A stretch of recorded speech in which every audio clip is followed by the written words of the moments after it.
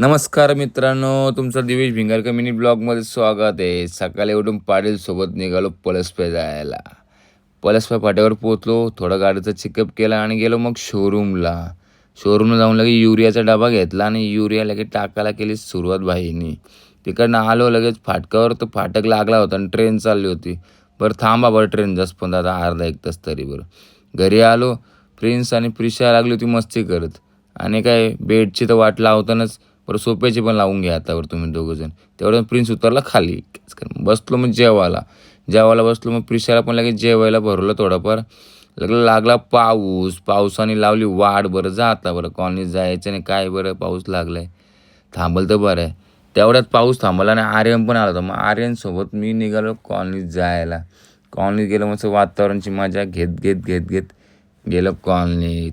येताना लगेच निघलो दूध घेऊन मी निघालो. तिथून गेलो बपल्स खायला. सेकंड न्यू शॉप झाला तर बपल्स तिथे गेलो बपल्स खायला.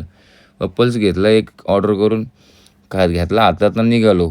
तर चला खात जाऊ बरं आपण मजा घेऊ खात फुल चॉकलेटचा होता आणि लोडेड होता. मस्त खाऊन घेतला आणि मग आलो गावातल्या लगे आमच्या मेडिकल शॉपला. मग तिथं लगे एक वेपरचं पॅकेट घेतलं. भाईला पैसे दिले. भाई बरं चल बरं वेपरचं पॅकेट द्या जातो घरी.